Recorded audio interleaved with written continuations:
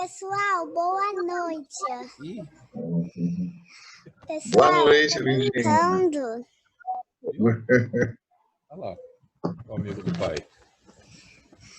Lindinha, tá aí com o pai. Boa, não sabe o que durante as aulas aqui, o que eu passo. Ela é ótima, cara.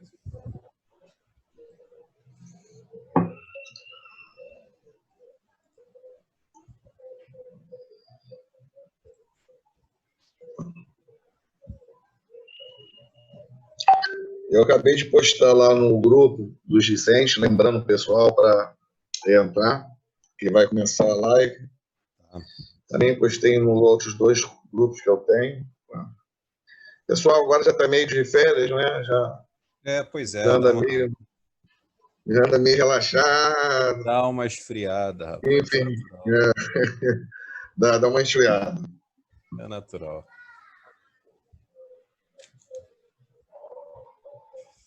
A gente mesmo, depois de um período tão inédito na nossa vida, a gente também dá agora uma, né, dá meio que uma respirada agora, uma Não é relaxada. verdade. Mas não pode esmorecer, né? Tem que Isso aí. continuar. Enfim.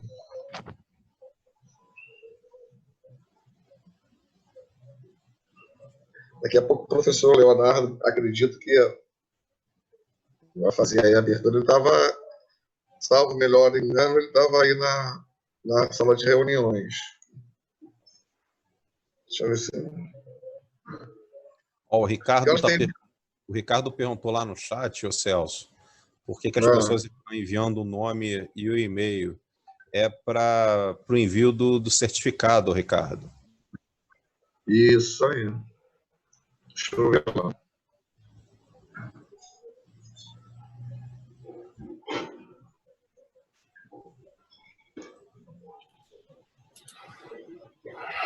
Ei, Celso. Ô, professor Leonardo. Ô, professor, Muito boa professor Viés. Fala, Léo. Tudo bem? Tudo ótimo. Eu não consigo entrar quietinho, ficar quietinho ouvindo, né, rapaz? Ficar ali só avaliando, né? Acham logo, né, professor? Ih, professor entrou. Entrou cedo, foi um dos primeiros. Eu logo, professor já tá na sala aí. Eu quero só avaliar vocês, professor Celso. Eu só estou aqui só para de coadjuvante aqui, eu vou ficar aqui escondidinho. Não. Você é protagonista sempre. Opa, a bondade do professor. Não é verdade, mas é uma bondade. CIS, a melhor imobiliária do Rio de Janeiro. Opa, já estamos começando, estamos indo bem, professor. Também não é melhor, mas é uma... Empreendedorismo na veia. Isso aí, professor. Obrigado. O professor Vias está falando para empreendedor hoje aí. Porra. Opa. Eu já me manda o logo, ô Celso, que é para eu botar na apresentação, rapaz. Nas próximas a gente manda, professor. Ai.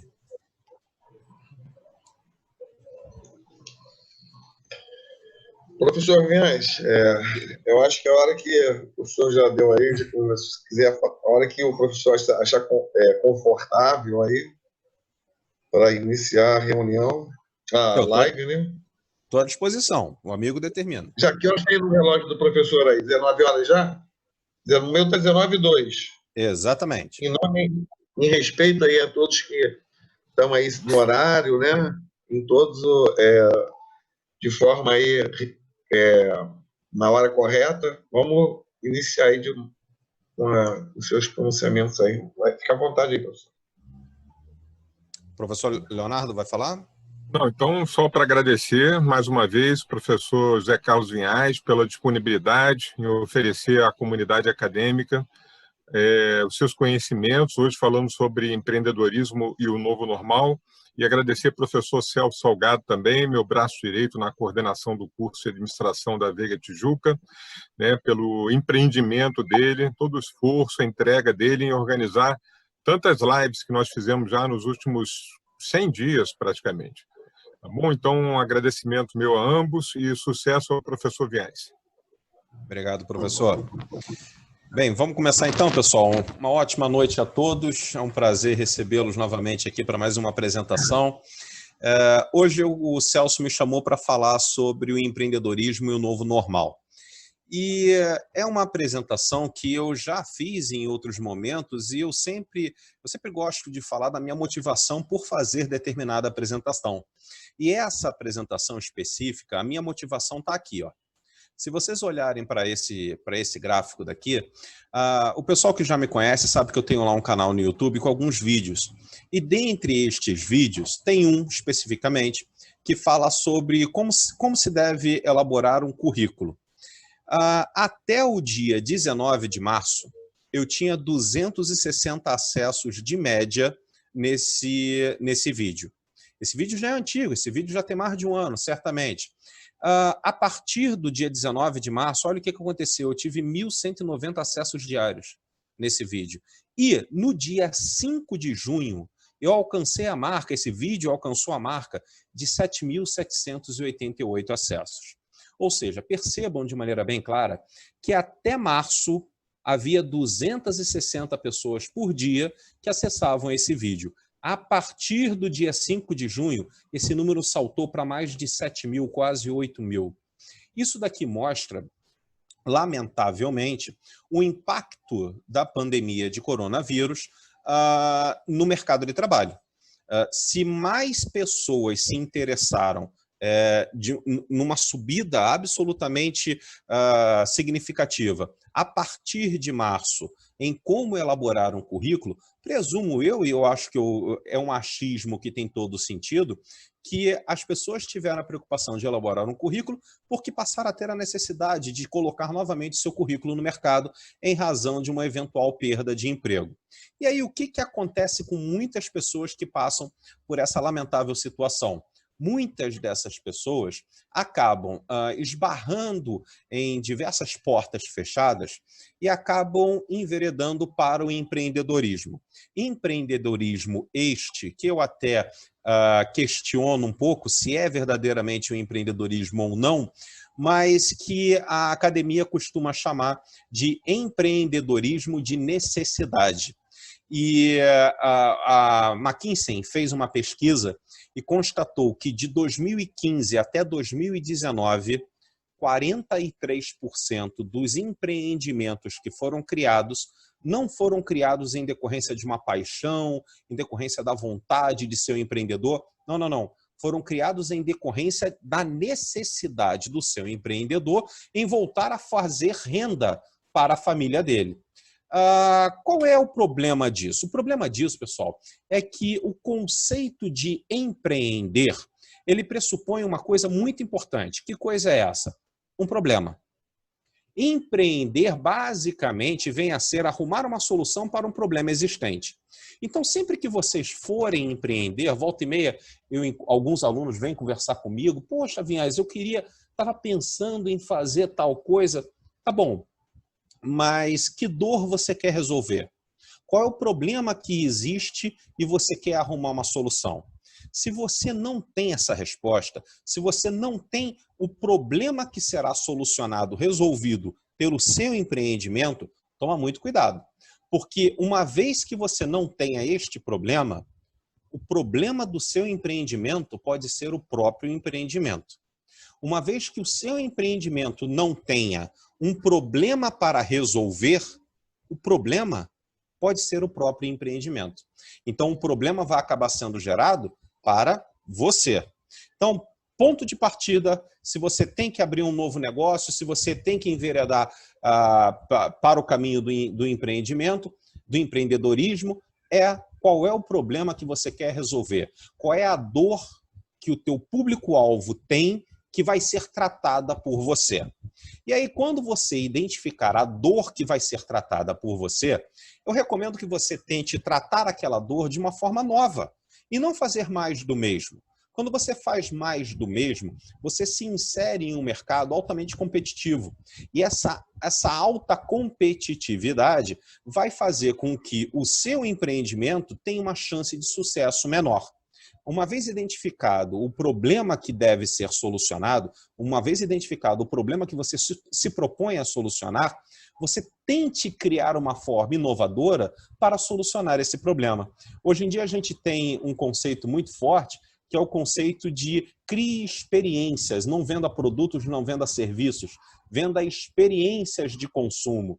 E aí, um exemplo de experiência, tem essa cervejaria aqui, que é a Heineken.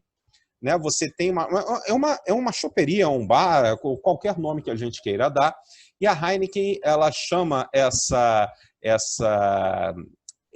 choperia, esse bar, de Heineken Experience. E aí eu vou mostrar para vocês qual é agora a imagem dentro da Heineken Experience. Olha isso, gente. Isso daqui é uma choperia. Isso daqui é uma cervejaria. Olha só que legal, cara. Vou mostrar aqui mais um exemplo. Olha isso. Gente, eu nem bebo cerveja. Mas eu queria ir nesse lugar. Aliás, eu fico absolutamente curioso para saber o que é que essas pessoas estão olhando ali para cima. Então, se você falar para mim assim, olha, a Heineken tem uma cervejaria, a Heineken tem uma choperia, a Heineken tem um bar, eu iria pensar em algo totalmente diferente dessas imagens que estão aqui na tela de vocês.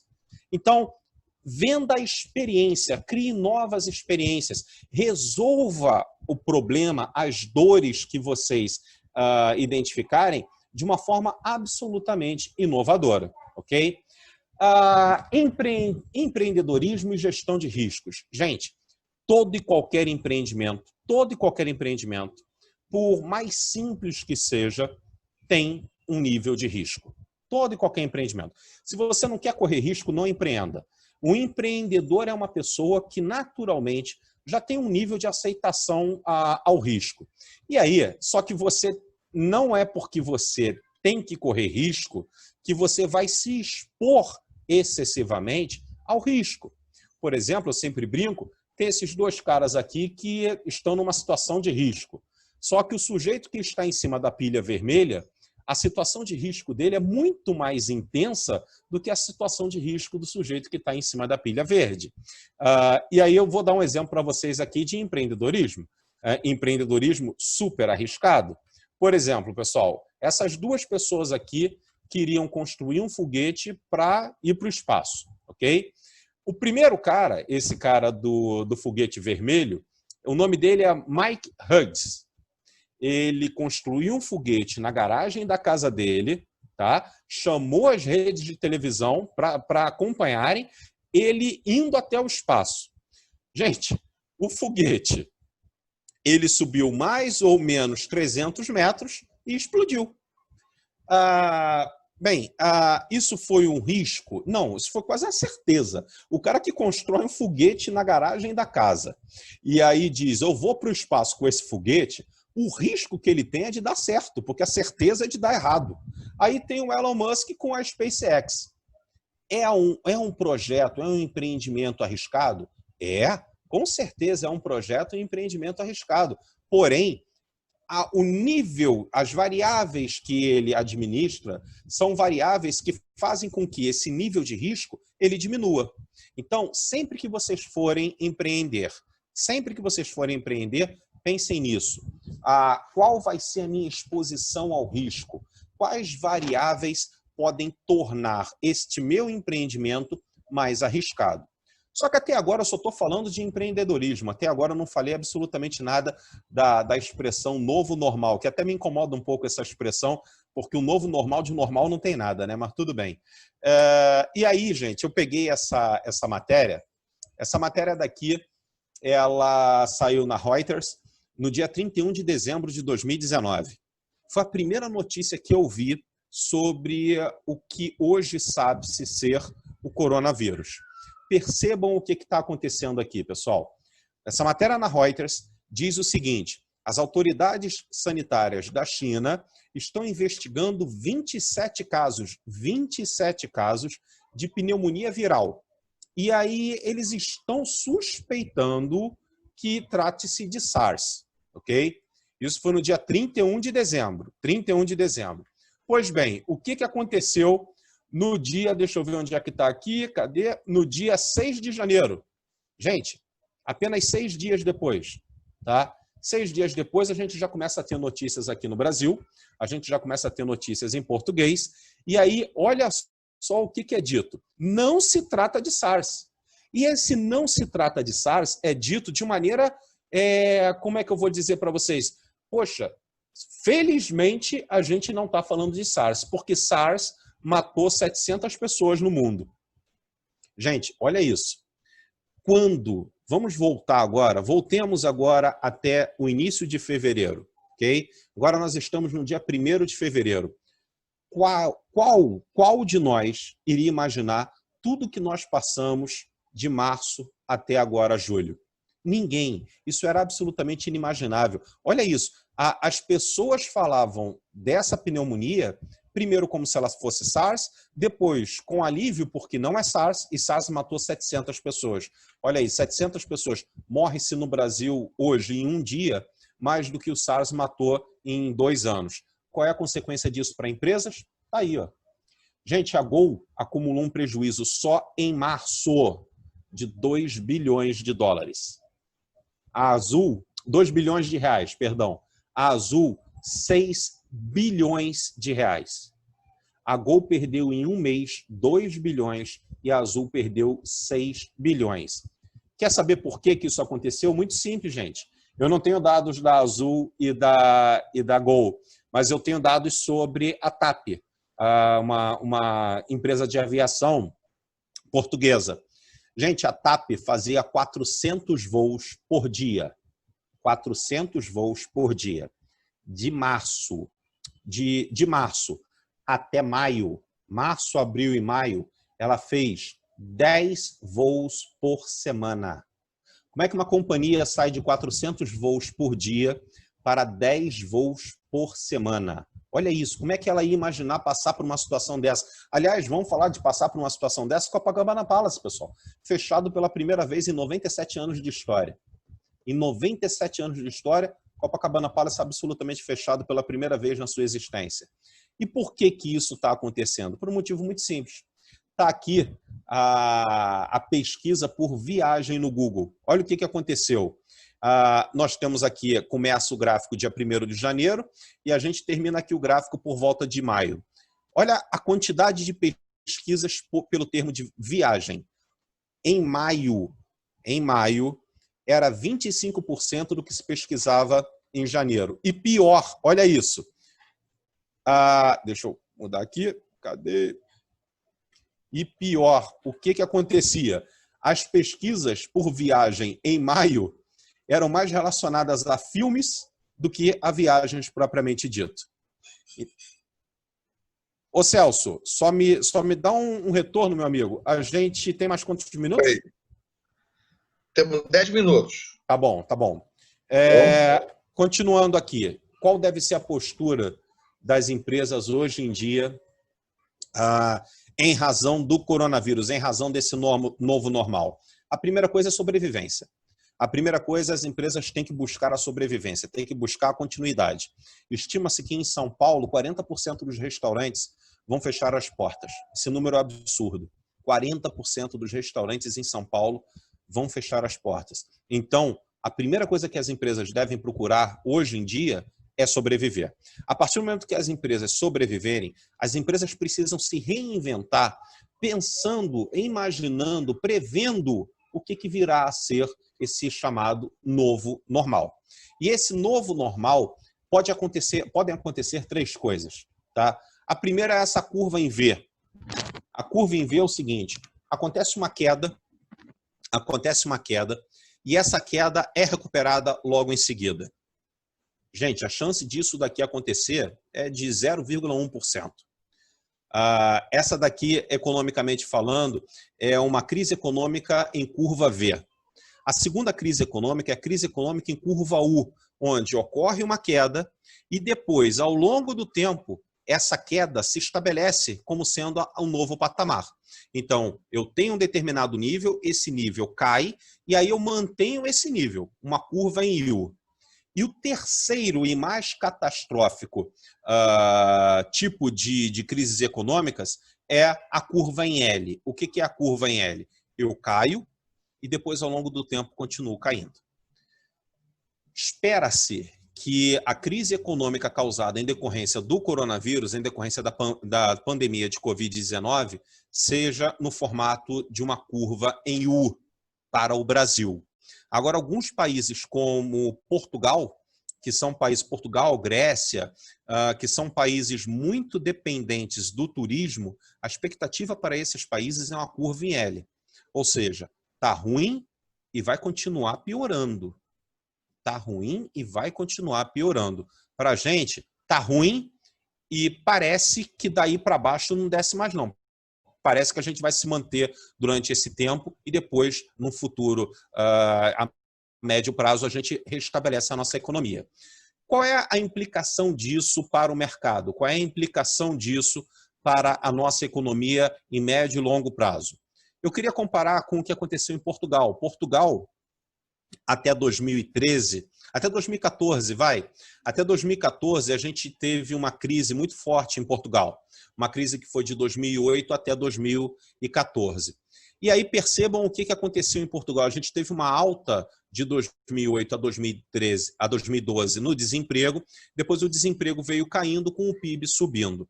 Apesar de ter havido uma recuperação do nível de emprego e uma recuperação do PIB, o que aconteceu em Portugal? O salário mínimo hoje de Portugal é de 700 euros, o salário médio em Portugal é de 1.276 euros. A diferença, o salário médio é de 182% do salário mínimo.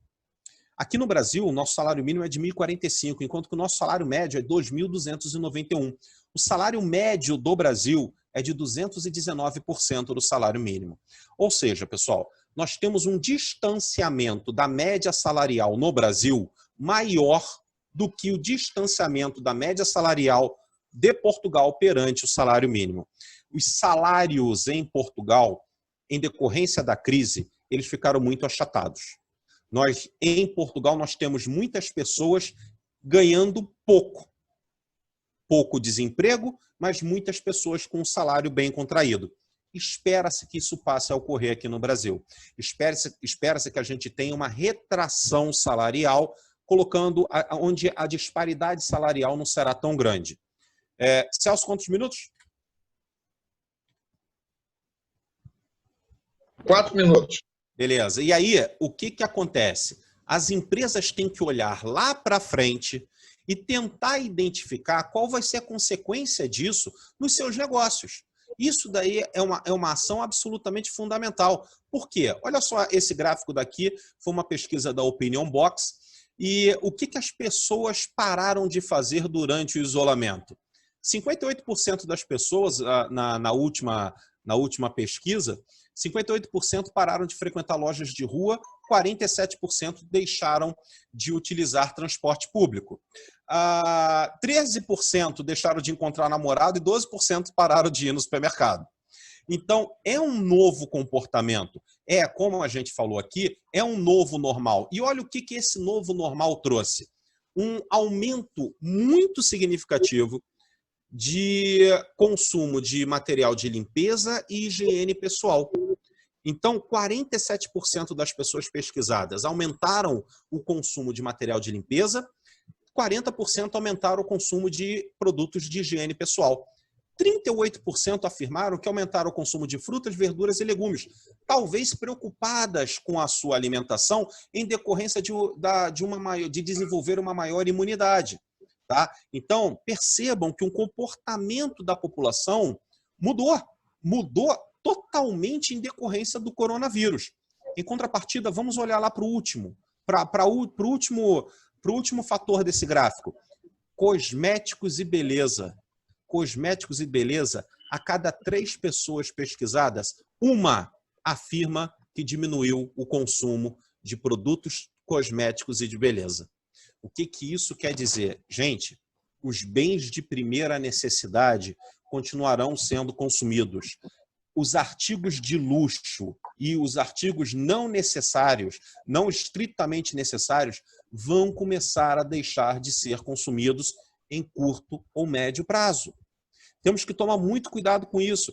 Se você é uma empresa, a gente estava falando até na aula de plano de negócio, o pessoal falou assim, não, porque quem tem um animal de estimação não vai diminuir o consumo. Eu falei, opa, calma aí, olha aqui, gente. Produtos para o pet. 19% das pessoas afirmaram que diminuíram o consumo de produtos de pet, de animais de estimação. Então, a cada 5 pessoas pesquisadas, uma disse que está comprando menos ração, menos enfeitezinho, etc. e tal. Então, analisem qual vai ser o novo comportamento. Pô, Vinhas, estou querendo abrir um pet shop. Não é hora. Não é hora. Agora o lance é tu investir. Sabe aquelas garrafas de cloro de 2 litros? Irmão, aquilo deve estar vendendo muito. Então o lance agora é tu investir nisso. Por quê? Pode falar, Celso. 1 minuto, professor. Quer fechar e a gente abre o outro logo? Eu acho melhor, né? Também, acho que todo mundo não fica aquela expectativa, né? Eu vou fechar então tá e ótimo. A gente abre novamente, ok? Tá ótimo. Só aproveitando o momento, se houver entre nós aqui alguns alunos que fizeram práticas empresariais 2 comigo, eu estou aguardando ainda algumas correções de trabalhos que foram enviados em cima da hora e as notas vão estar no extrato de notas de vocês até quarta-feira, tá? Eu já fiz a correção de todos os trabalhos lá no Canvas, vocês já têm as notas no Canvas. Qualquer dúvida eu estou à disposição de vocês, mas para o extrato de notas até quarta-feira essas notas estarão lá, tá?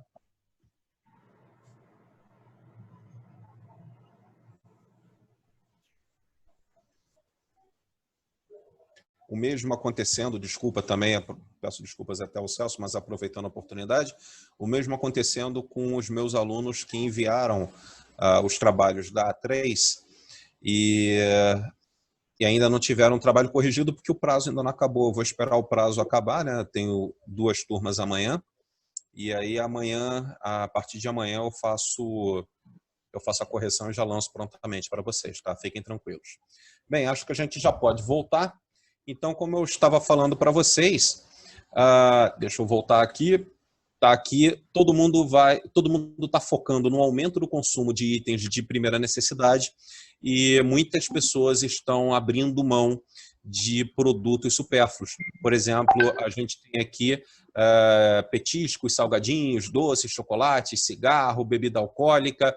Muita gente abrindo mão de consumo desse tipo de produto em prol de produtos de primeira necessidade, principalmente para o combate do coronavírus. Ainda falando sobre comportamento, ainda na mesma pesquisa da Opinion Box, percebam que, falando do drive-thru, né, o primeiro fator pesquisado, apenas 27% das pessoas pesquisadas afirmaram que usaram drive-thru nos últimos 12 meses. E 66% afirmaram que irão utilizar ainda esse ano. Ou seja, a gente tem um movimento muito maior em prol do interesse, da intenção de uso, do que o uso histórico. Drive-thru, todo mundo querendo usar. Comida à la carte 39% nos últimos 12 meses e 53% pensando em consumir ainda até o final do ano. Eu fico imaginando, eu tenho um restaurante na Penha, que eu gosto muito, eu trabalhava lá perto da Penha e a gente, volta e meia, a gente ia lá almoçar. Não sei se alguém aqui mora ali perto da Penha, na verdade é Vila da Penha, é ali perto do Largo do Bicão, que chama-se Dalmos, o nome do restaurante. E eu passei lá na porta um dia desse, eu fiquei olhando, eu falei, caramba, não, o Oliva, o Juan, pô, o Oliva, não fala do Oliva não, que me dá vontade até de chorar, meu irmão. O Oliva é sensacional, mas é outro, assim como a Dalmos, que eu fico olhando, eu penso, cara, quando que eu vou voltar lá? Porque eu não vou ter coragem de ir num restaurante desse durante muito tempo, muito tempo. Principalmente porque, quem sabe, quem conhece, esse restaurante você tem que ir lá é um self-service, então você tem que pegar naquela colher para pegar a comida onde todo mundo pegou. Então, hoje a intenção é muito maior de comer à la carte, onde menos pessoas acabam tendo contato com o prato, com a tua comida, do que comer num restaurante aquilo, num self-service qualquer. E aí percebam, ó, quiosques e food trucks. A intenção de consumo muito maior do que o consumo histórico. Por quê? Porque é aberto, é em ambiente aberto. Em compensação, vamos para o último fator. Praça de alimentação, pessoal. 67% dos pesquisados afirmando que comeram em praça de alimentação nos últimos 12 meses e somente 49% dizendo eu volto para esse lugar até o final do ano. Então, metade dos pesquisados, metade, 51%, afirmaram que não voltam a colocar os pés numa praça de alimentação no shopping center até o final deste ano. Como o Alexandre está falando, os serviços de entrega também disparando, né, o seu faturamento. Por que isso está acontecendo? Algo que a gente tem que considerar, pessoal. 50% das pessoas, segundo a McKinsey, 50% das pessoas tiveram a sua renda reduzida. De alguma forma. 40% das pessoas estão com medo de perder o emprego. E 70% das pessoas estão realizando economias que antes não realizavam. Então, nós temos uma queda de renda, nós temos uma insegurança na população quanto ao consumo e nós temos também um comportamento em prol de uma economia maior do que nós tínhamos no passado. E aí, una-se a isso a questão da infidelidade. Né? Eu sempre comento sobre esse fator, que é um fator extremamente importante para a gente discutir, que é o seguinte, eu não sei se aconteceu com vocês, mas eu, agora nessa época, isso daqui casa certinho comigo. Essa mesma pesquisa da McKinsey diz que 25% dos consumidores estão comprando, 25% dos consumidores estão comprando em novas lojas. 25% dos consumidores, ou seja, a cada 4, 1 está comprando em novas lojas. E mais que isso, 40% estão comprando novas marcas. E 20% destas pessoas que estão comprando novas marcas afirmam que não voltarão a comprar as marcas antigas. Deixa eu explicar aqui para vocês. Digamos que antes o sujeito tivesse o hábito de consumir Guaraná Antártica. E aí, em decorrência de uma queda na sua renda ou de um receio de uma queda na sua renda, essa pessoa começou a economizar dinheiro e, ao invés de tomar Guaraná Antártica, passou a tomar Toby, ok? Você nem se existe ainda o Toby. E aí, 20% da população afirmam que estão consumindo novas marcas e não voltarão a tomar o Guaraná Antártica. Continuarão com essa nova marca, teoricamente, supostamente, mais barata. Um ex-aluno, na verdade, ele veio me fazer uma pergunta. Ele chegou para mim e falou o seguinte: pô, Vinhais, eu estava pensando em abrir um negócio. E aí eu tive uma ideia aqui que eu acho que vai ser maneira, cara. Eu acho que eu vou abrir uma ótica. Eu falei, cara, uma ótica? Vou abrir uma ótica. Eu falei, pô, rapaz, vamos pensar aqui. Ô Celso, tu usa óculos, ô Celso? Celso tá aí ou não? Uso. Usa óculos. Celso, aí agora... Aquele de vista cansada, né? O que foi? Aquele de vista cansada, para ler. Tudo bem. Pode ser qualquer um. Mas o exemplo que eu quero dar agora aqui, te utilizando como cobaia, é o seguinte. Okay. Você usa óculos. Aí você, digamos que você teve a sua renda reduzida para metade do que você ganhava. Você está sentindo que esse óculos ele já está um pouquinho passado. Cara, tu vai correr para trocar esse óculos ou tu vai segurar mais um pouquinho? Deixa para trocar isso ano que vem. O que tu faz, cara? Com certeza eu vou segurar mais um pouquinho, vou deixar para ano que vem. Não tem Celso, você e todo mundo, Celso. E aí o cara que vai abrir uma ótica, ele precisa saber, ele precisa ter essa percepção de que as pessoas não vão investir um dinheiro agora para trocar o óculos. Quer a confirmação disso? Esse gráfico em cima, esse gráfico de cima, é o número de pesquisas por óticas ao longo do tempo. Olha o que aconteceu. Entrou março, desabou o número de pesquisas por ótica. Ninguém quer saber de ótica. Ninguém quer saber de ótica. Aí sabe o que é isso aqui de baixo? O número de pesquisas por farmácia. Olha isso. Então, vocês têm que ter a percepção, têm que fazer uma análise do mercado, do público-alvo e do novo comportamento da população. Tendo como base o quê? Tendo como base alguma ferramenta de pesquisa de mercado, por exemplo, o Google Trends, que é absolutamente gratuito e foi de lá que saíram esses dois gráficos. Tendo como base seus amigos, sua família, você próprio está mudando o seu comportamento e tem a esperança de que os outros não mudem e continuem comprando contigo. Isso daí é algo que é uma das maiores falhas dos empreendedores. É o empreendedorismo por torcida. O cara fica torcendo para o negócio dele dar certo, quando é muito provável que o negócio dele tenha um nível de risco tão alto que faça com que ele não tenha sucesso. Lamentavelmente é o que acontece. E aí eu faço aqui, já me encaminhando para o final da apresentação, perguntar para vocês, se vocês que querem empreender, se é que é o caso de algum de vocês, se vocês estão efetivamente preparados para o que está por vir.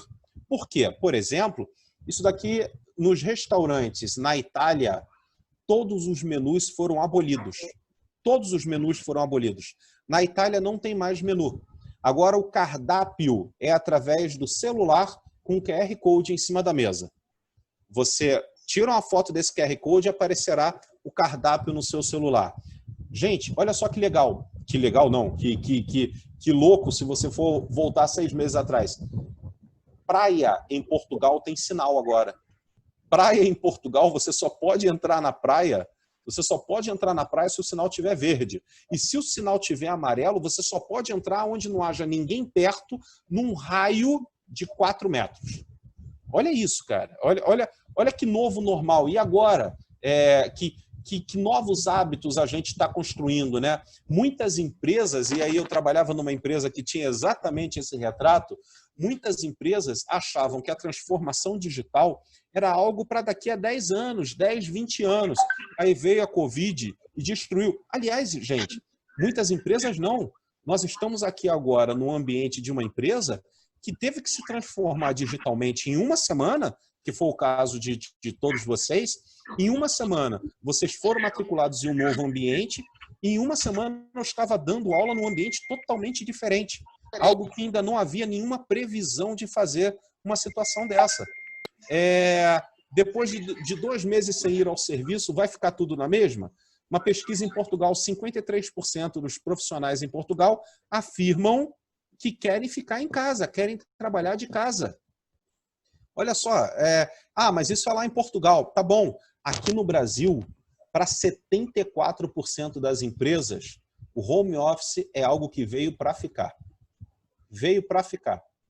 Então, o negócio que vocês estão pensando em abrir, o negócio que vocês estão propondo trazer para o mercado, ele vai ter alguma implicação com relação a esses novos hábitos, com relação à digitalização e à transformação desses processos? É algo que cada um de vocês tem que analisar. O que não pode acontecer é ter um vídeo muito interessante na internet, no YouTube, que eu não vou passar agora aqui, porque demoraria. Deixa eu ver se... Eu acho que eu vou inventar, se eu quiser passar isso aqui, mas tudo bem. Espera aí, deixa eu ver se dá. Tu sabe se dá, Celso? Não sei, professor, não sei dizer. Deixa eu tentar aqui, não custa nada. Espera aí. Deixa eu ver se ele abre aqui.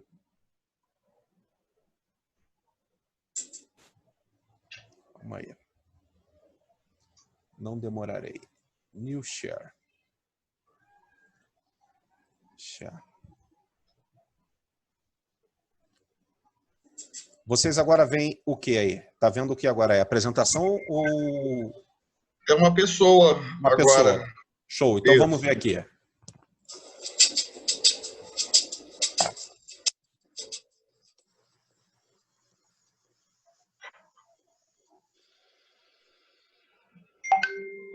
That's not good. Oh, I don't need this. I'm already late. Somebody will come. Anybody out there? Do you have a phone? No. Sorry. Somebody! Hello? There are 2 people stuck on an escalator and we need help. Now, would somebody please do something?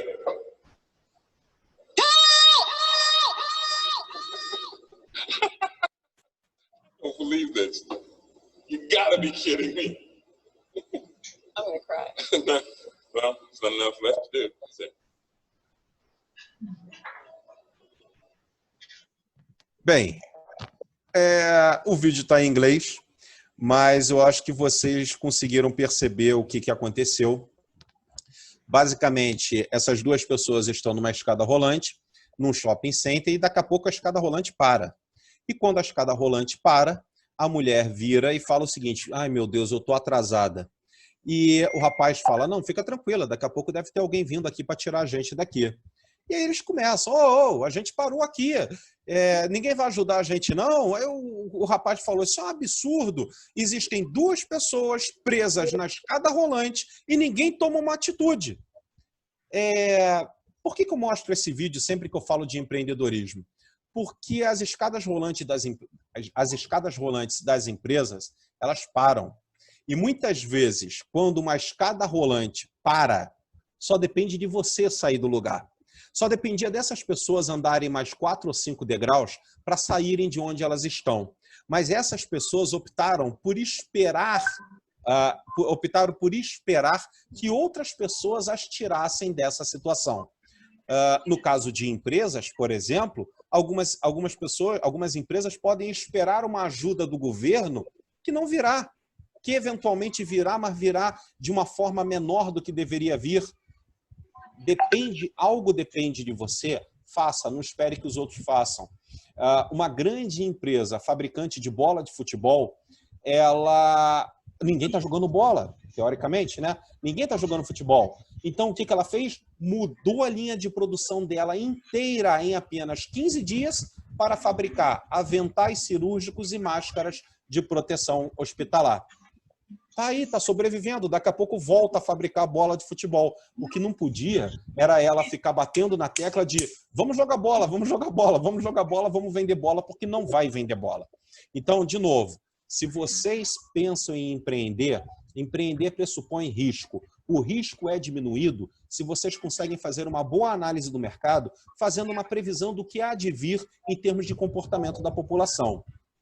E a partir do momento que essa previsão seja feita, cabe a vocês realizarem ações que venham a precaver a empresa de vocês, garantindo a continuidade e a sustentabilidade dessa empresa.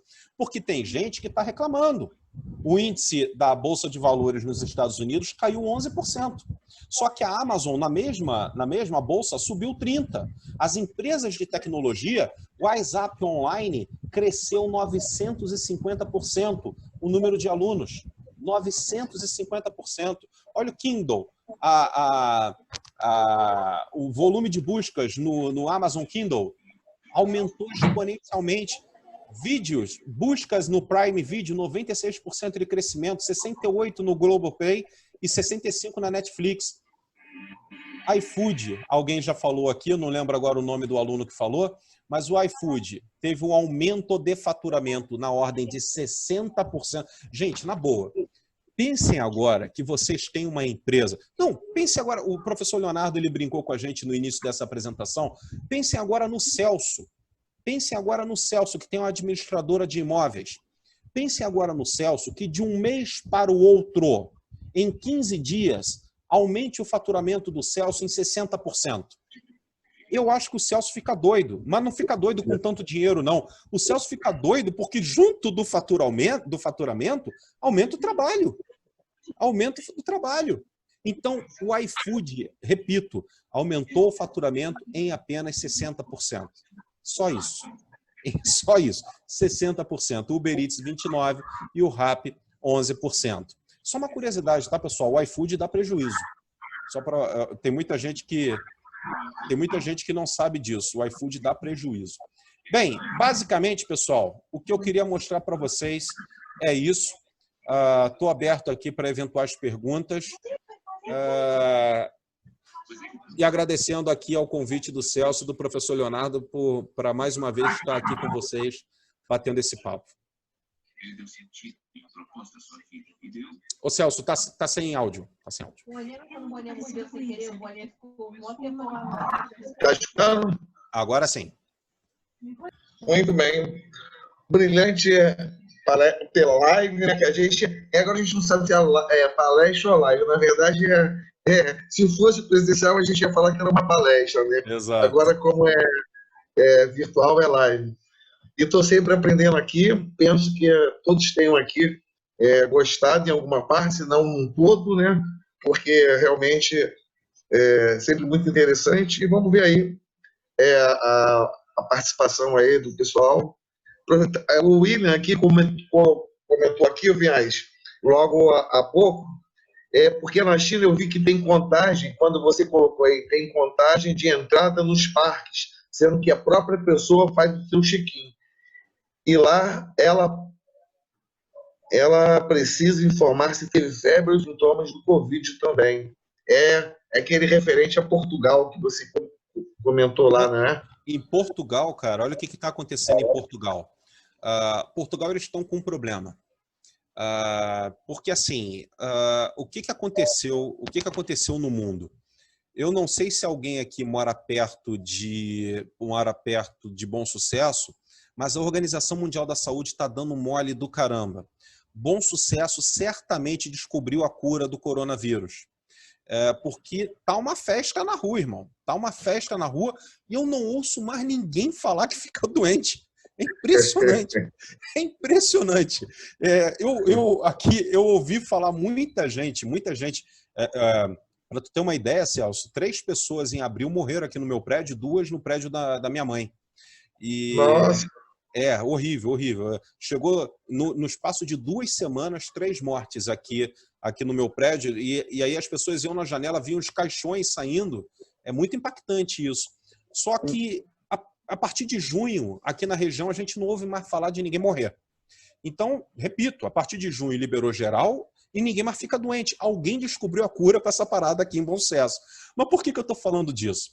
Porque Portugal vive um problema às avessas.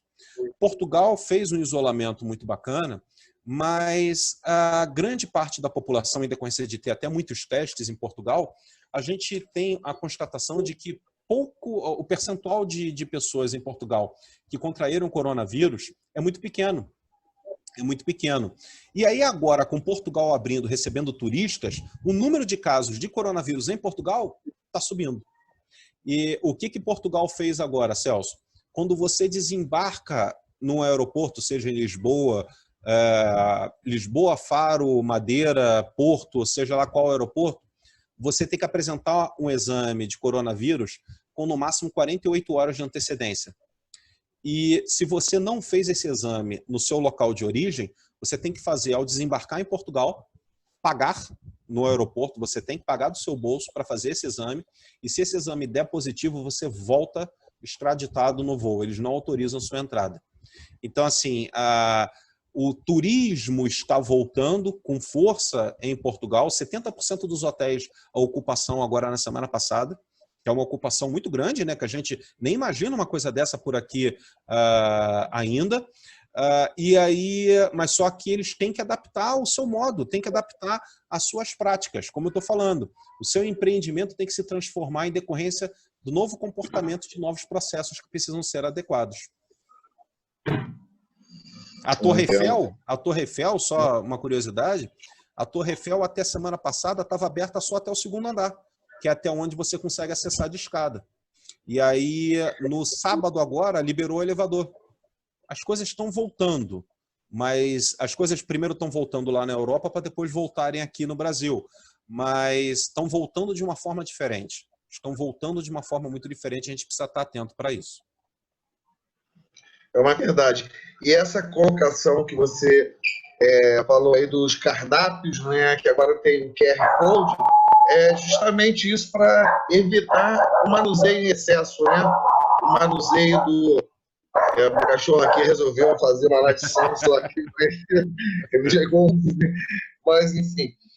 É isso aí que tem um novo normal, sim, né? Nesse momento aí, apesar de ter aí controvérsias sobre esse novo normal, né? Essa nomenclatura aí, nós estamos vivendo, sim, alguma coisa diferente aí, como a gente tem visto aqui.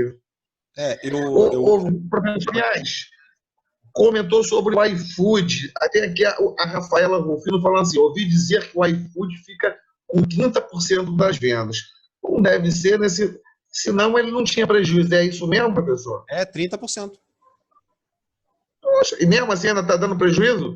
Sabe por que está dando prejuízo? Porque a estrutura que o iFood tem...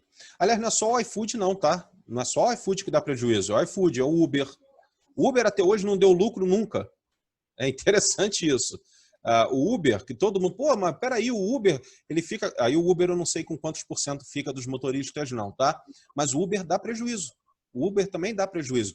Tanto que estão agora começando a questionar esses modelos de as chamadas unicórnio do prejuízo, né? As pessoas estão começando a questionar muito isso. Do que adianta ter um faturamento muito grande, mas esse faturamento não é revertido numa receita maior do que despesa. O iFood efetivamente ainda dá prejuízo, cara, mesmo com esse aumento. Por que possa parecer. É uma empresa inchada, né, professor? Isso. É uma empresa inchada que tem muito cliente, mas a sua receita líquida lá no final, depois de você tirar tudo, não vale. Aí realmente é complicado. Eu sempre tive, quando eu pegar clientes, lá na administradora, né, que eu falo, não adianta pegar por qualquer valor para falar que tem cliente, que você vai inchar, vai operacionalizar, vai ficar mais pesado, mais funcionários, mais material de escritório, e aí não vem o lucro. É complicado isso, sim. É verdade. Com relação a esses 30%, vocês podem ver, quer ver outra empresa que também tem um percentual muito grande, e aí talvez também seja uma empresa que é muito utilizada por alguns de nossos alunos aqui presentes nesse nosso encontro, Peixe Urbano. Peixe Urbano, eu não sei se a galera costuma usar o Peixe Urbano, mas o Peixe Urbano ele emite muito desconto de 25%. Eu recebo direto aqui no meu e-mail desconto de 25%. Eu falo, cara, vou aproveitar desconto de 25%. Pô, os caras devem estar com prejuízo, desconto de 25%. Não. Eles levam 30% também, Celso. Um cupom no Peixe Urbano. É impressionante. Tem uma churrascaria ali na Ilha do Governador que eu gostava muito de ir ali, quando o mundo ainda era mundo, que essa churrascaria ela está por volta de R$100, tá? Essa mesma churrascaria no Peixe Urbano era 84. E essa churrascaria dava 30% de 84 para o Peixe Urbano. Então, tu imagina, uma churrascaria que cobra R$100, pelo Peixe Urbano, a receita dela é de R$60. R$60, é quase metade, né, cara? Está empatando dinheiro muitas das vezes, né? Ou até mesmo, como falou, perdendo, né? Aí é dinheiro.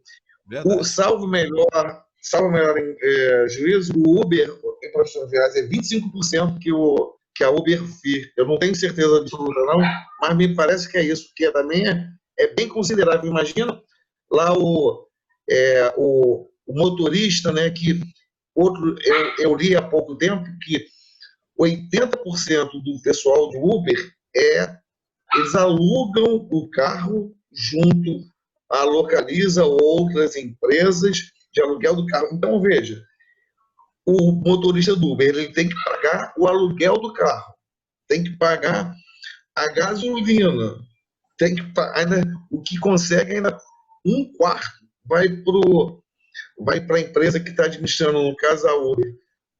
É uma vida complicada, né? Dura, né, profissionais? É verdade. O Uber já foi, né? Já foi uma mina de ouro no início do Uber, onde era bem mais restrito. O número de motoristas tinha uma série de restrições para você ser motorista do Uber.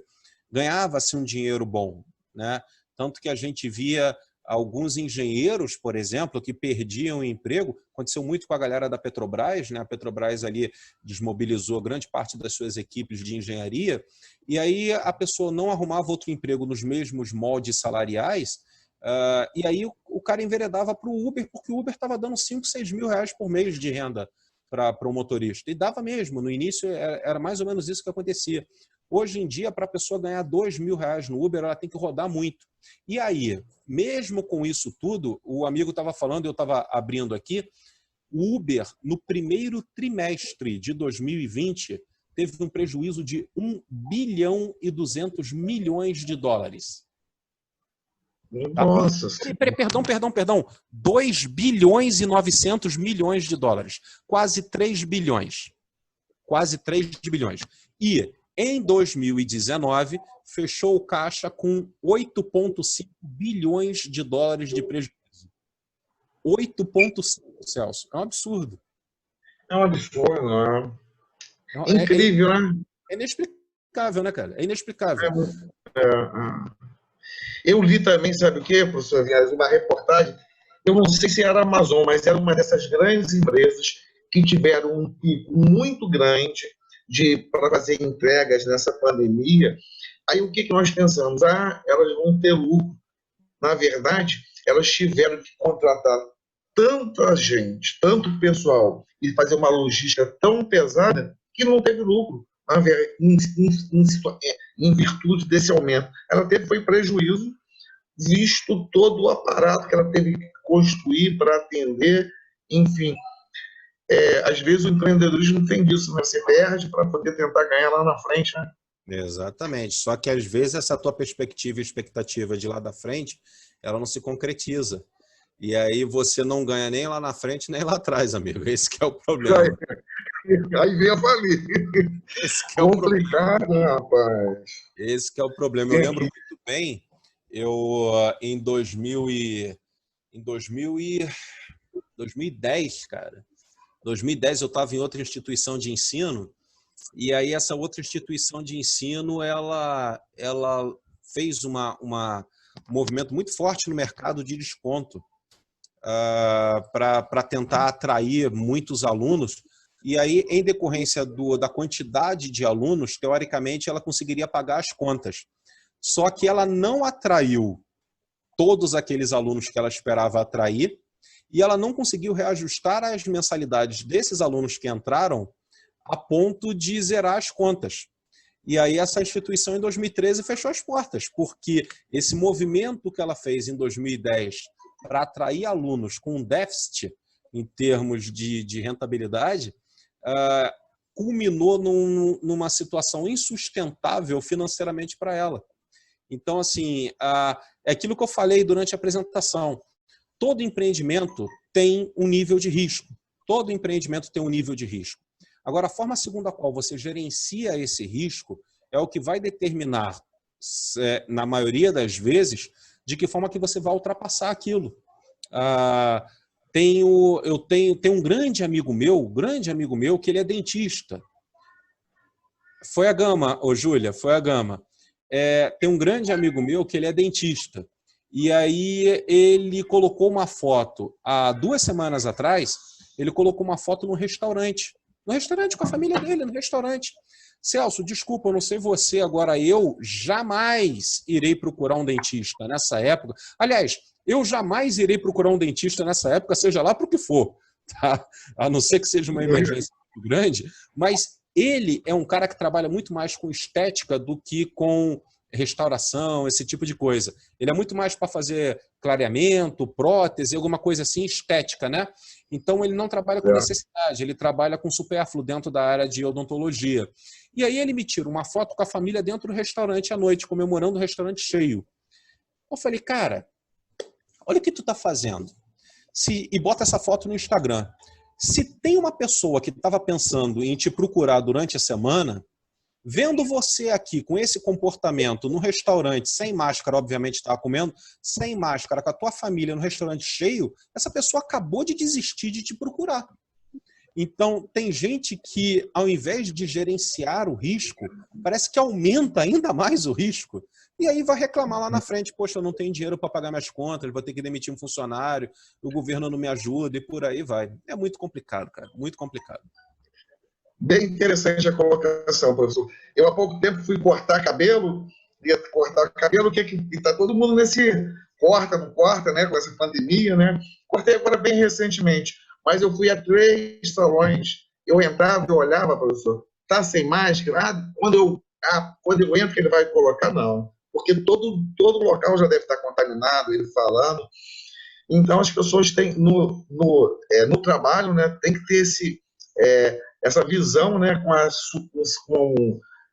sua pessoa, né, porque como o professor já falou há pouco tempo, você tem que ter, sim, uma preocupação com a sua visão profissional. Não pode falar, eu não estou nem aí do que os outros falam. Opa!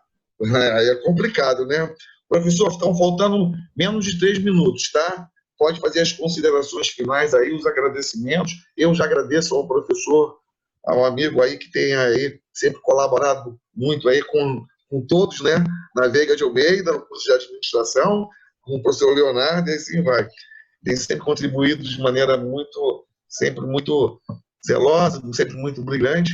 Fica meu agradecimento aqui, para fazer aqui ao amigo aqui. Bem, a todos aí, agradecer a todos também que tiveram aí presentes até agora aí. Eu queria agradecer aos 48 alunos que estão aqui com a gente hoje.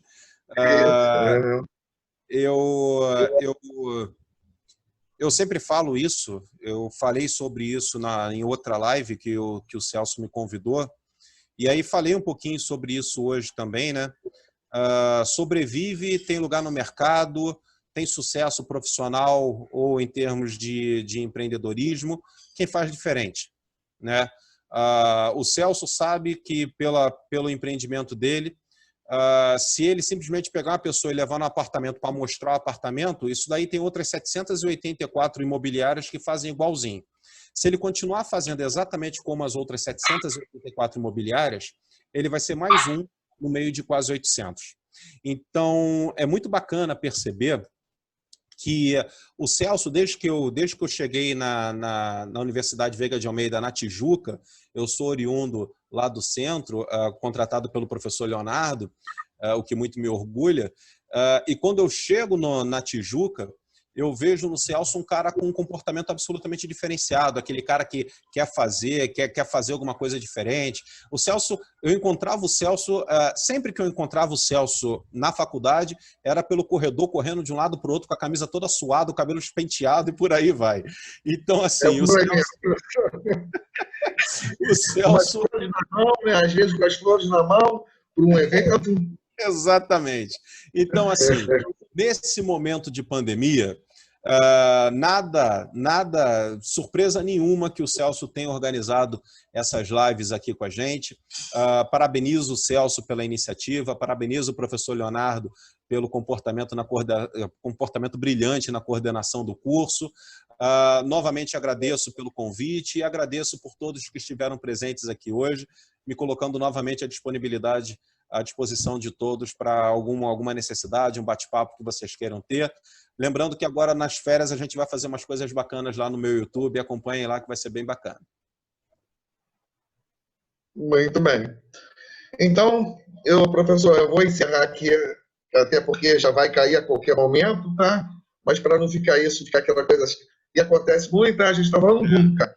Eu vou encerrar de maneira solene aqui, todo mundo falando obrigado, dando muito parabéns à palestra, e agradeço mais uma vez a todos. É muito importante, sem vocês aqui, os alunos, a todos aqui, nós não teríamos como fazer a nossa live. Agradeço mais uma vez a todos, e vou então encerrar aqui, gente. Um abraço aí a todos aí. Um abraço, pessoal, um abraço.